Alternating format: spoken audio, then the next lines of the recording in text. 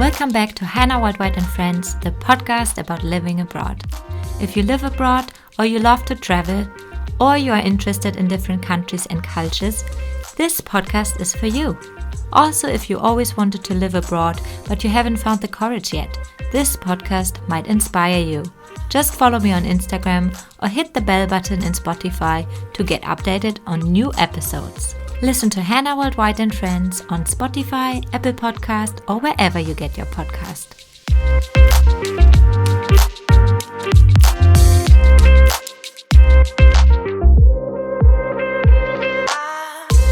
Hi everyone, please welcome with me Karam Wadia from Iraq. Karam left his country with his parents and his two older siblings in 2004 and moved to New Zealand.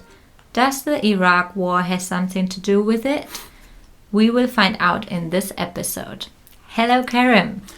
Hi, Hannah. Thank you for having me and giving me the opportunity to share my journey and experience with you. I'm super grateful that you made some time and that you're willing to share your story with us, especially because I think a lot of people don't really know much about Iraq as a country. And some people even mix it up with Iran as a country, That's which right. is very different, as we will maybe find out. Yep, definitely. The name is very similar, but even the root of the two words, Iran and Iraq, is actually different. They come from different roots, but it's a coincidence. They're not right next to each other, and they sound very similar. So I can see why people make the mistake. Yeah, fair enough. Yeah. So. Yeah. How I thought about you. You are from Iraq and you live in New Zealand, so you're obviously an ideal person for me to interview. But also we used to work together. Correct. Yeah. And I remember a moment where you came to me and asked me, why did you leave your country? Because Germany is such a safe and rich country. Why would you leave? And I thought about it every now and then, like every time someone else is talking to me, I'm always remembering that moment where you asked me this question. And so I'm really, really curious. What was the reason for you and your parents to leave Iraq in the first place? Yeah, I suppose this is a bigger question, so we should probably take a peek into maybe the history of Iraq a little bit in the sort of early 90s and to the late 90s to understand how like an Iraqi family would have been thinking around that time. And that sort of gives us an idea of why, families would have wanted to leave the country. So if we look at that time, in the early 90s, Iraq, there was the Gulf War in 1991, and it was quite the destructive war, a lot of, destruction as a result of the war. And Iraq was subject to very heavy sanctions in the time after the war. And, with such an event, with such sanctions, the economy was struggling, in the early 90s to mid 90s and things like that. So, we saw, for example, with COVID a couple of years ago, just with logistics stopping, how the economy was struggling here in New Zealand, right? So imagine when you've got very heavy sanctions where you can't even import material to manufacture things and stuff like that. Local business was struggling at the time and all that sort of stuff. So jobs and unemployment and all was struggling in Iraq. So a lot of Iraqi families, especially with young children and stuff, they were sort of thinking, we need to find a place to settle. They were using the language of let's find a place to settle. So those people were at home, but they were looking for a new home, So they were using this sort of language, let's settle somewhere, So this is the same thinking that my family was applying, sort of thing, at the time. So by the mid-90s, my father, he had his own business, but the business was not doing so well at the time. So he needed to look for work, private work, like a job. And he actually decided to look for work abroad because, again, the unemployment was high in the country and things like that. So he actually found a job in Jordan, which is a country right next to Iraq. Right. Just to the west. And he left to Iraq while myself and the family stayed. Me and my siblings and mother stayed in Iraq. And we stayed. He came on regular basis, visiting. You could drive out from Iraq into Jordan, so it's about a 10 hours drive, 10-15 hours. Oh yeah. Yeah, it's still quite long. It's still quite long, but it's something you don't have to fly. Iraq anyway was a no-fly zone at the time, so you couldn't fly out of Iraq anyway. It was so that was sort of about 3 years we were like that, living like that. And sort of by the late 90s, we decided that, I think my family decided that, there is really no future like that. It's a very temporary type arrangement at that point. Iraq in itself managed to rebuild despite all these sanctions, but it just couldn't get to a point where it was a very isolated country, very heavily sanctioned. The Iraqi people themselves are quite, educated, and so they managed to recycle a lot of things and get the country going again. But again, there were a lot of necessities that were still quite missing. I remember when I was a child at the time, but it was difficult, for example, to eat chocolate or something like that, because it's hard to find these things, Yeah, oh my goodness. These kind of things, but...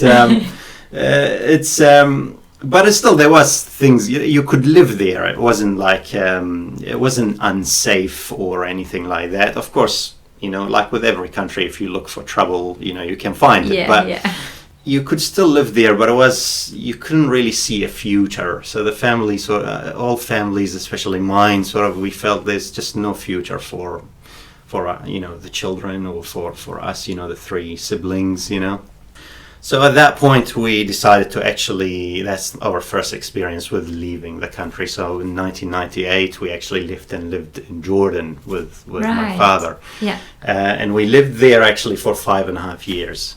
So New Zealand isn't my first experience living abroad. It was actually in Jordan. And then 5.5 years there, I actually kind of grew up a bit there. And back in 2004, in Jordan, again, it's a temporary kind of feeling as well to it, because there are kind of rules. There are rules around being a non-Jordanian living in Jordan, so we had to also find some sort of a solution for these. Based on that, again, it was this dream of finding this home where we can settle, and ultimately that was New Zealand. So, and we moved here in 2004. And there is a story, again, behind how that happened. But I'm all here for hearing it. And I mean that's Iraqis were sort of. There's this dream of getting a visa to some Western country, whatever it is. Like there was no really preference of where they go, but there were all kind of different avenues that you could take. If you wanted to go to Europe, it was more taking an asylum-seeking type approach, and it's more of a dangerous sort of approach. You take a boat or something, or try to sneak through Turkey or something like that, like more of a... Not safe. And a lot of families get separated that way, like one sibling goes in one direction, or, like a lot of... And our family wasn't really keen on doing things like that. Other directions to take would have been places like the United States or Canada or Australia, know. But each country had its own requirements of what it would allow to, to accept or give us a visa. Ultimately, our family, we wanted to go down the skill immigration type because the asylum seeking required, of course, some sort of a story of why you are an asylum seeker, and we didn't feel comfortable. We left for economic reasons, and we didn't feel comfortable saying, for example, we were persecuted by the government or something like that. It was a tough time, but we couldn't really give an example where, the government really picked on the family or something like that. We weren't very comfortable with doing that, So, and we knew our skills, you know, we wanted to bring our skills to the country we wanted to go to, so we weren't pursuing that avenue. It was harder to go down that avenue. So in 2004, we have some relatives living here in New Zealand, and it was just sort of you know, our relatives know someone here in the government, and they just talked to someone and said, "Where's this family and that living in Jordan? And should we just give them a visitor visa to come here and get you know, look for a job, or maybe they'll get lucky and you know, can get a work permit and stay here in New Zealand." So we didn't even apply, actually. You know. Wow. So it happened. So we sent our passports, and we got visitors visa. Now at the time, the Iraqi passport, it's near impossible to get a visitors visa actually to any country in the world. You know, you could probably only go to countries like Jordan and maybe Yemen or something like that, and that's the only two countries that you don't require a visa for. But you know, that was one of these I consider miracles that happened at the time. And so we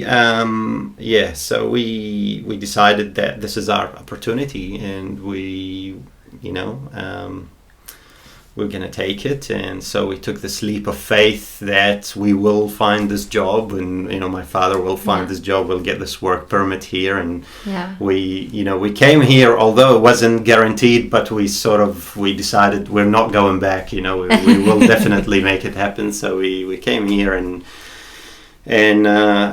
we were allowed to stay for 6 months and then renew it for another 3 extra months, so a total of 9 months as visitors. And you know, as a visitor, you don't have the same rights, you know. And I think my father eventually got a job, and we got our work permit maybe a couple of weeks before that 9 months was up, sort of thing. You know, my siblings were there were different rules around age and things like that. So, and then I had like a student permit. There were all kind of different rules around immigration at the time. But that was the journey. So the first year was quite the challenge here, you know, the first year of our life here in New Zealand. And it was we just took a leap of faith, really. It was very uncertain.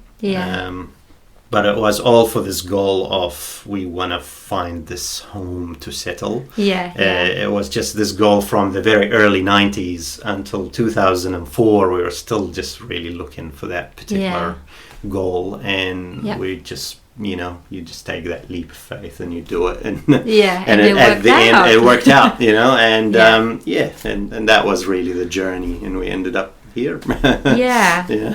That's great. I mean, if someone is always looking for that one place which they can call home, and they see a future for their children and for work and all of that, and it's actually happening, your parents must be hopefully quite proud of themselves that they took that leap of faith and it actually worked out. And as you can see, you said you're the youngest of your siblings. We can see you have grown up really well. You had good studies. You are having a really good job. You're in a manager position. So it was the right decision from your parents to actually go that road. So what I've noticed from your story is how interesting the whole story about the passport is again. Lots of people don't really understand. Like, for example, for me, as a German, I just realized how lucky I was being a German with a German passport. A lot of people don't ever think about it because they have it and that's all good. They can travel wherever they want. They don't even need to think about it.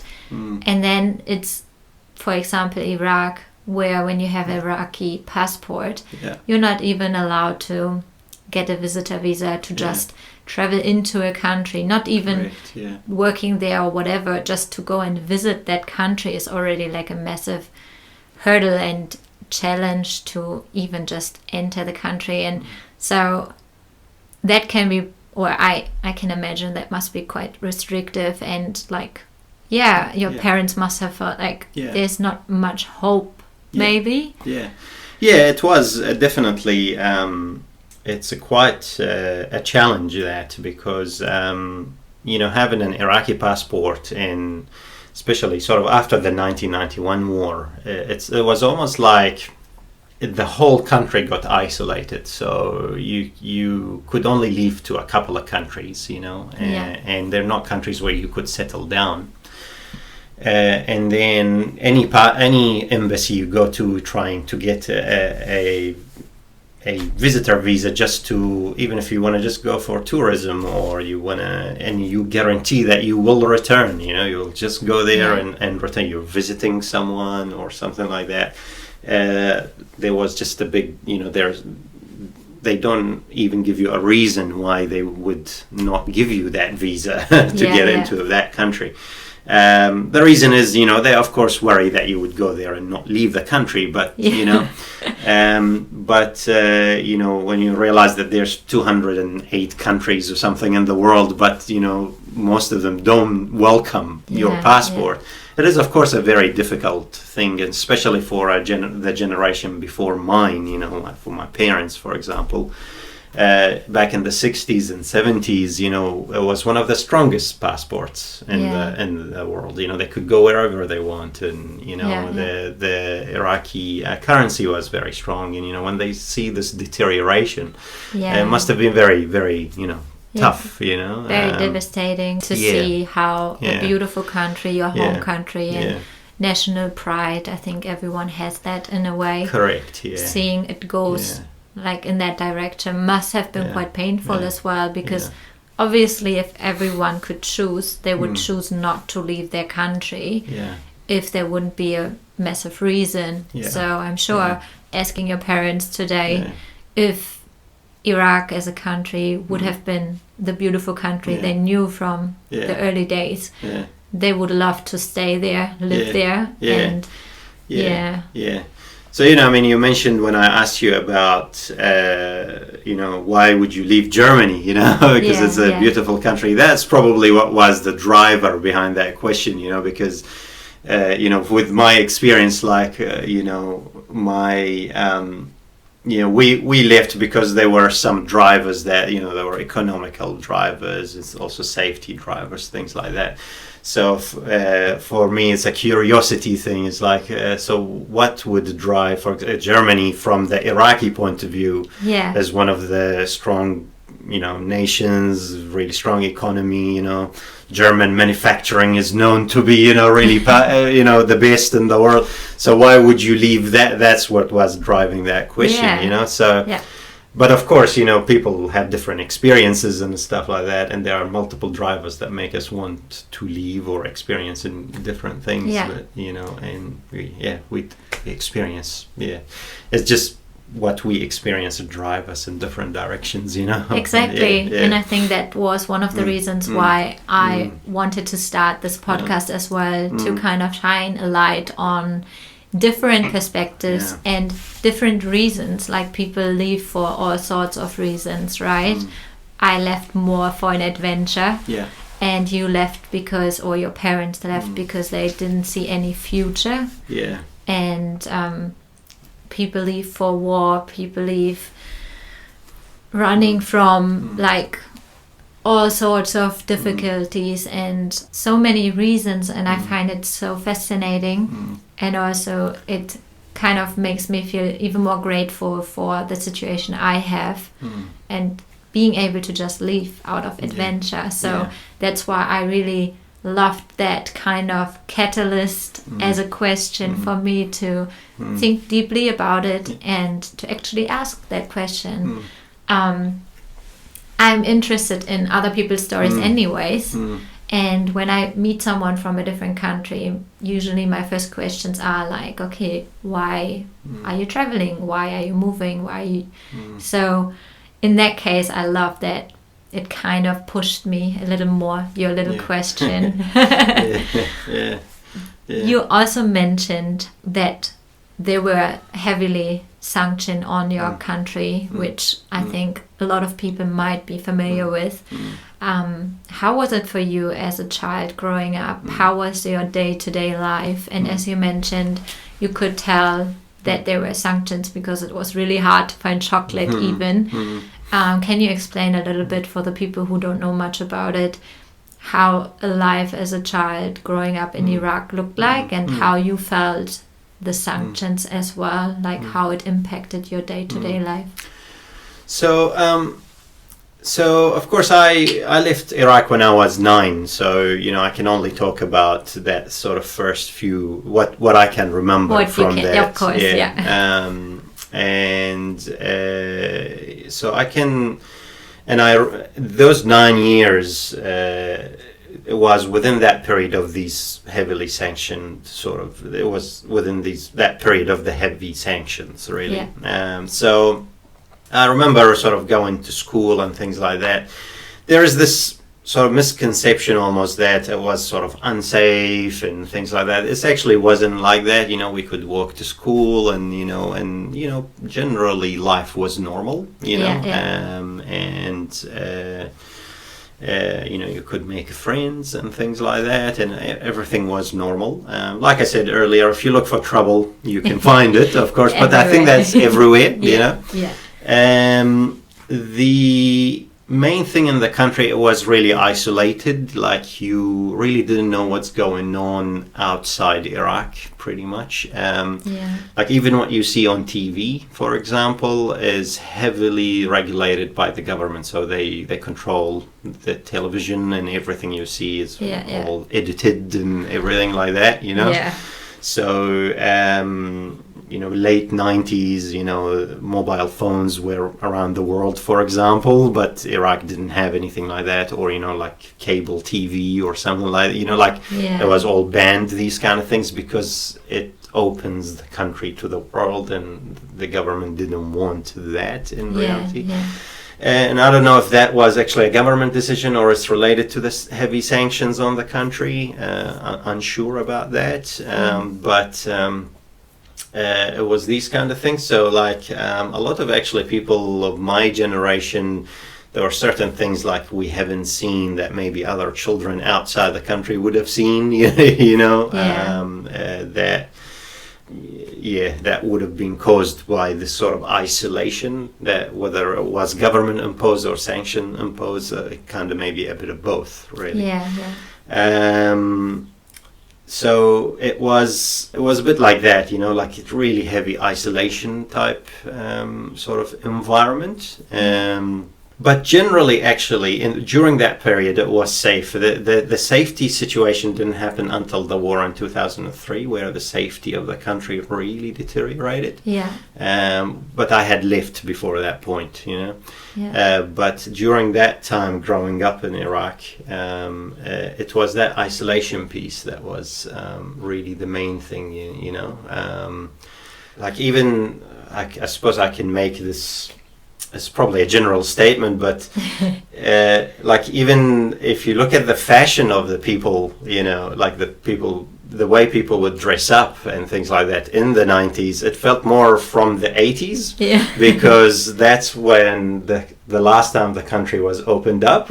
So they saw what the world looked like, but then it kind of stopped there. Like, it's just the country felt very isolated. It's just all felt a bit like that.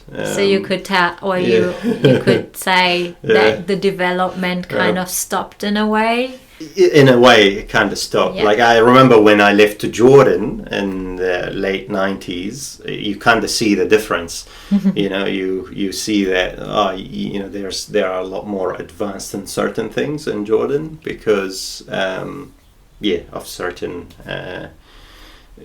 because they're more open. There's internet there. Internet was just coming on at that point. And you could see they know more about the West, what's going on in the West. They're bringing more technology in, while in Iraq it was a lot slower, actually not happening. Other things that were happening, like we had, for example, programmed power cuts, because after the war, all the power plants were destroyed in 91. And the country couldn't rebuild them to the same capacity due to the sanctions. They couldn't really import material and things like that, so they couldn't really meet demand of the country. So for example, I was used to having programmed power cuts, during the day, but then you go to and live in Jordan, that is not a thing, like you always have power all the time, so and here as well, no one would think of a programmed power cut, for example, Yeah, that's true. So there are these kind of things that, these sanctions, people don't really think of. We hear of countries that get sanctioned all the time, and it happens until today, and we think, oh well, they did something wrong, so the world has sanctioned them. But sometimes it actually affects the general population that probably didn't do much wrong. Exactly. I actually wanted to ask that as well, because usually it's the government making decisions which other countries or the world's not happy with. That's right. But sanctions usually affect the people and not the government. And so it might have an impact on the government, of course, but not the effect, because the people are the ones suffering. So that's right. That's always what's sad to see, even today with sanctions. It's mostly hitting the people and not the people or the government who's making all the decisions. So so it does so it was quite the environment that it was different to, after I moved into Jordan and then moved into New Zealand. It's not something that I would say a lot of countries would have experienced. I'm sure there are a lot of countries that have gone through similar situations. But it was quite the sort of a unique experience, I would say. In saying that, like I said, it wasn't unsafe, and generally the Iraqi people, like I said, at the time, a lot of skilled people, unfortunately, they were all drove out after the 2003 war. But at the time, in the early 90s, a lot of engineers and doctors and things like that, they could rebuild a lot very quickly, actually. And, like we spoke about the power plants, they could actually rebuild a lot from the actual material that was left behind and things like that. And in a very, quick period of time, so a short period of time. So, and they were really actioning and working really hard to get certain things done. And, there were still people, like Iraqis know how to have fun, so there are still people having fun, there were still, people go out on the river and on a ferry and have a party, or, when there's music and good food and stuff, Iraqis know how to have a party, there is still a good life going on despite this isolation, and generally the government, if you don't give them trouble, they wouldn't give a citizen any trouble.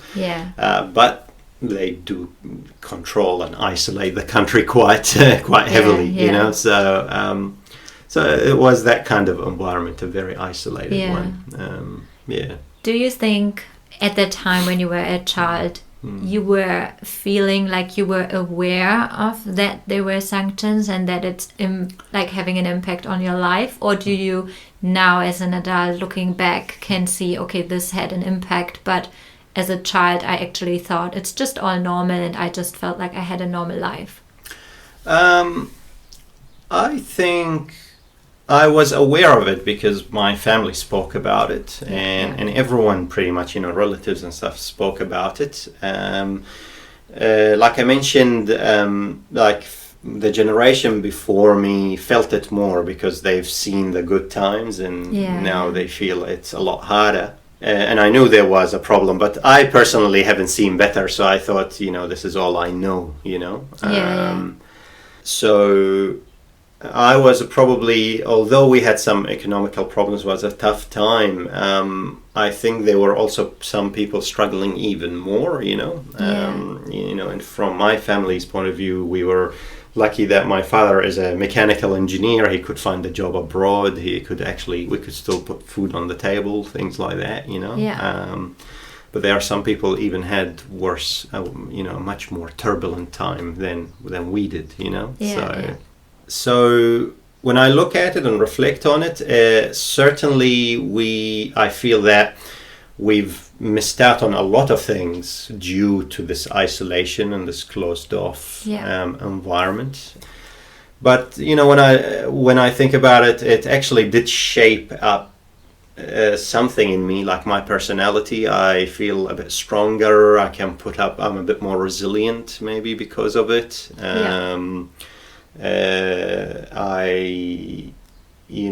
More adaptable, things like that, which make me appreciate what I've got a bit more, things like that. So but certainly, of course, maybe I did miss out on certain things because it was there. I do think about it, I do acknowledge it, but I don't feel a huge loss due to that, like now I have children, actually, born here, raising them here, and their childhood is very different to mine, because they have so much accessibility to things, and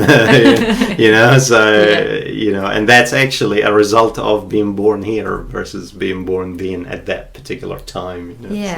Do you sometimes feel like with your own children now that you hope that they will be able to appreciate it, even though they grow up and for them it will be really normal, but do you want to kind of raise them in that kind of being humble and just really enjoy what they have right now, and also being able to acknowledge that not everyone has that? I hope I can sort of at some point be able to discuss with them that experience, and I can explain it to them, and sort of teach them that there are people that don't have what they have and they can appreciate it more. It's a bit of a balance, and it's a bit difficult here when it's so accessible, actually. And maybe I'm a bit more guilty. My wife is a bit more disciplined in not giving them everything. I tend to give them everything they ask for. I am aware that at some point I must have at least a discussion with them about how I grew up, or what I've experienced, or at least what also their aunt and uncle have experienced, and things like that. And what we used, how we learned things, and how we came about, and how that should, and whether there are any lessons that they could take from that and learn. And hopefully that helps them make the right decisions in the future as well on certain things, not take things for granted as well. Do you hopefully. think you can only hope. Do you think you are the one struggling a little bit to say no because you didn't have it at that time when you were a child, and now you kind of want to give them all the opportunities, all the good things you didn't have, or just because they are like daddy's favorites? I think it's a bit of both. I think with my daughter, I think she's a cute little girl, so she gets what she wants most of the time. I think with my son, he's still a bit young, but there's a lot of toys that I didn't have when I was a child, and I think I just want to buy it for him just because I want to have them, So I think it does actually it does play a bit of a part into it, to be honest. Just because enough. I didn't have them, so I'll use him as an excuse and say yes and just get them. And are you sometimes catching yourself actually playing with it as well? Probably, good for them. Then you spend time with them and play with their toys. It's a win-win. That's right. You already mentioned a couple of misconceptions about Iran. Iraq. Oh God! See, I already have it in mind. For example, that's bringing us to that topic. Lots of people think because Iran and Iraq sounds really similar and are really close to each other, so a lot of people don't really know the differences or think they are really similar. Do you mind just telling us a little bit of what some differences are. Yep. So I, of course, can know a bit more about Iraq than Iran, but obviously there are two different countries, and so the first thing is they're two different languages. So we speak Arabic in Iran; they speak Persian. Same letter, so that we write similarly. We use the same alphabet, but the language is different. Yeah. The Arabic language, the formal language, is not spoken, so it's only written. So we have a dialect. The Iraqis have a dialect, sort of, or an accent, you can call it. Yeah. That has some Persian words actually in it, I would say. That, actually, because of the close proximity of the countries. Yeah. There are some, I would say, some of the food that's quite similar, things like that between the two countries as well. At some point, both countries have very deep history, like it stretches thousands of years, and big empires, that. The Persian Empire in Iran that actually stretched almost all the way to Turkey, at some point, and then actually in Iraq there were, things like Assyria and Babylon that actually also stretched to places near Egypt and parts of Iran and things like that. So there's been throughout history times where the two countries sort of meshed together. So there are some key differences, but there are also a lot of similarities between them. Yeah. The main difference is the language,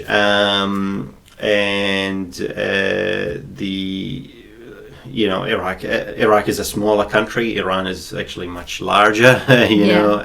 Geography is quite different as well. There are some key differences. The demographics are different as well. There are different religions as well. Like Iraq, both countries also have a lot of different group of people and different groups of religions and things like that. Iraq has maybe a lot more in it than Iran, I would say. But this is just me. I don't know as much about Iran as I do about Iraq, to be honest. Which is fair. And I think the name I've read once before that everyone makes this mistake that Iraq and Iran, they're right next to each other, they must be related, the name is very similar, Exactly. But I think the name Iraq is an old Assyrian word or something like that, and it means something to do with because there are rivers in Iraq, the Tigris and the Euphrates, and it sort of means like the veins of the river or something like that. And it's actually not a Persian word. I think Iran comes from a Persian word or something like that. I might be wrong, but it's just a coincidence that they sound very similar. But a lot of people think, it must be related. They're right next to each other, so it must be. It's just it's a misconception there. Do you know if there are any other misconceptions where you now living somewhere else you come across quite often? Like people say, "Oh, you're from Iraq, so this and this must be the case," and you kind of realized, no, actually, that's not. A lot of people think Iraq is a desert, but Iraq actually has different geographies around it. The south is a desert, and maybe the southwest. The north there's a lot of mountains. There's snow actually in the north. There's as I say, there are rivers, and around the rivers you find a lot of plantations and things like that, and there's a lot of greenery. A lot of palm trees and things like that. Really high mountains, as I said, in the north. So the geography of the north is very different to the south. But hardly ever you get that sort of showing up in the news, so people don't really know. They think it's just the desert, really. But the south is like that, but not the whole country is like that.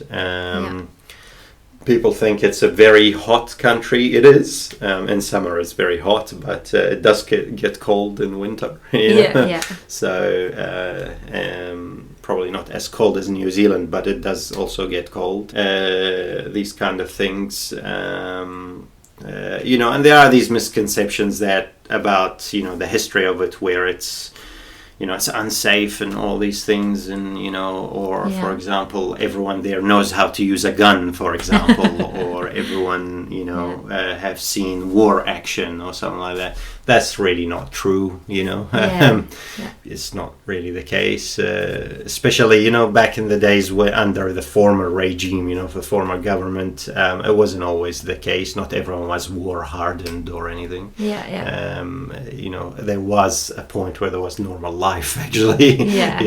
So, which is really good to have someone talking about it who knows a little bit better, so that people are not just always having the assumptions, but actually hear now from someone from Iraq how it was growing up there.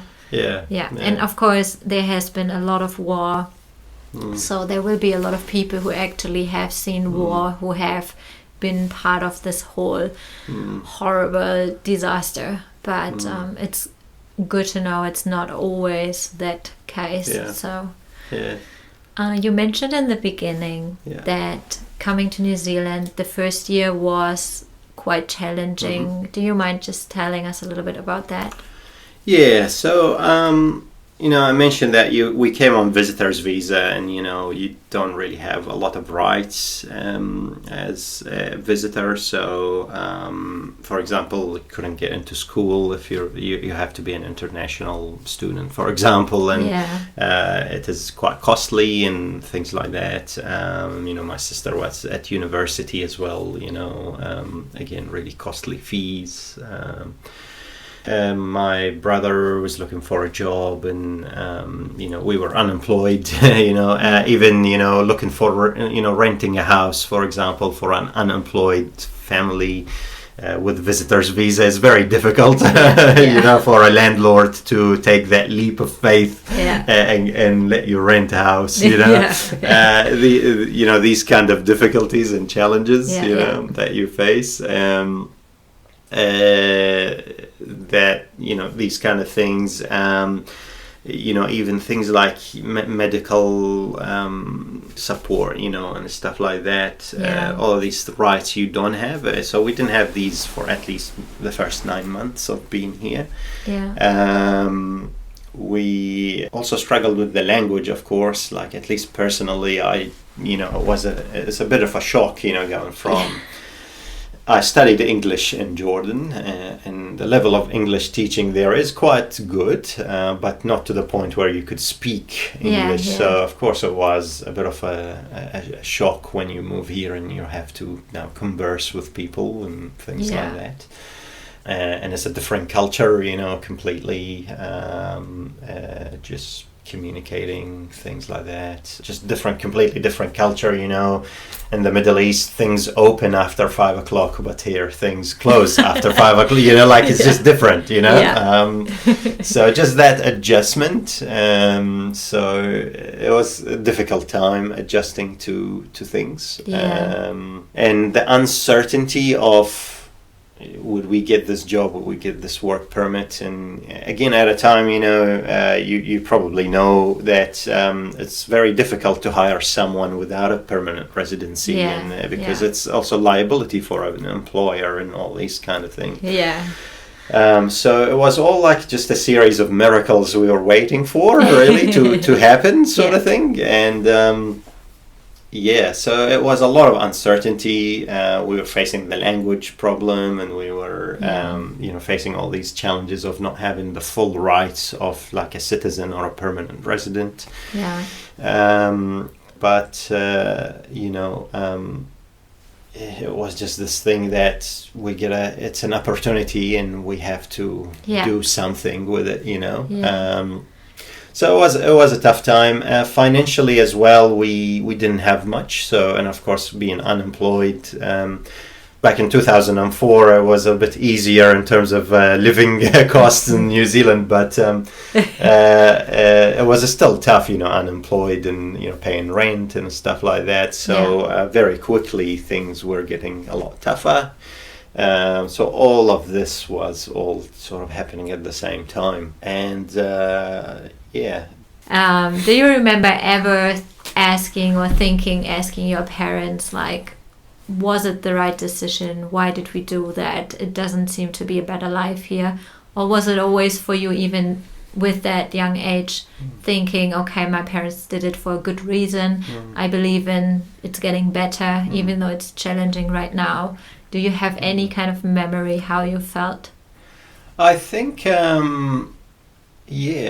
I actually did not question it as much, to be honest. If I reflect on it, when I actually reflected on it later, I thought that was quite the dangerous situation, But at the time, we didn't actually reflect on it as much as, this is looking very uncertain. Like we sort of just kept pushing through it, sort of thing. And although it was about 9 months of looking for that job and getting the work permit, but the process was about 5 or 6 months. We were we knew that things are going to work out because the work permit process takes a long time with the immigration service. So my father got that job situation sorted before that 9 months time. Like he got the job offer earlier. So although the struggle was a full 9 months, things started to get better a bit earlier than that, there were also some signs of positivity started to come through, so for everything that looked hard, then we get this one thing that looks good and you just hang on to it, and you just keep at it. I think maybe also I was too young to think at the time that this is a bad decision. And coming from Jordan as well, there were also challenges in Jordan, so we sort of felt that we gotta give this the best we can to make it work before we really turn around and say a bad decision. Let's just pull the plug on it and go back. So after hearing all of that, I'm just really, really glad it worked out so well, and seeing your life now, which is like flourishing, and really, I'm hoping your parents are also like enjoying what they have now. And do you think you will ever take your children and go to Iraq and show them where you grew up? I think if there is opportunity and I feel right about it, I may do that. So I may do a trip for them around the Middle East at some point. I think at the moment probably won't do that, but in the future, if I feel things are completely safe and things like that, then I would definitely do that. That's great. Really loved learning a little bit more about the country and just also about your story. I found it really fascinating. Thank you so much. No worries. I always end my episode with quick 3 questions, which means pretty much just one word or one sentence as an answer. So just shoot it out. Sweet as. All right, here are your 3 quick questions. Number 1, could you imagine moving countries again? Not anytime soon. So you're quite happy with New Zealand? Yes, that's right. Nice. Maybe only if my family moves, and because home is where the family is. And especially your wife is also not from New Zealand, is that correct? That's right. Yeah, she's from Malaysia, so who knows what will happen in the future. All right, question number 2. What do you miss the most from Iraq? Really warm days, dry warm days. And good food. Can I choose 2 things? Yeah, that's fine. And the food. Everyone would miss the food that's from true. their country. Like pretty much 50% at least are at least mentioning the food as well. Really common answer to that question. All right, and the last question. What do you love the most about New Zealand? I think the just like a day like today, really shiny sun. You walk out, go have a coffee with your family. It's this really fresh air and this relaxed environment. It's just you can't get it anywhere else. It's just really beautiful. Yeah, that's true. Looking out of the window now, it's such a beautiful day today. You can hear the birds singing. That's right. It's peaceful. You just can't get this anywhere else around the world, so it's just unique. Unique. I love that. So thank you so much for your time. Thank you for having me. And I really enjoyed it a lot. So I'm hoping everyone can learn something from this episode. I'm sure I learned a lot about Iraq, and I hope everyone, wherever they are, if they are walking their dog or they are just listening while they are cooking or just chilling, I hope everyone enjoys this episode. So see you around. Thank you. Bye. Bye.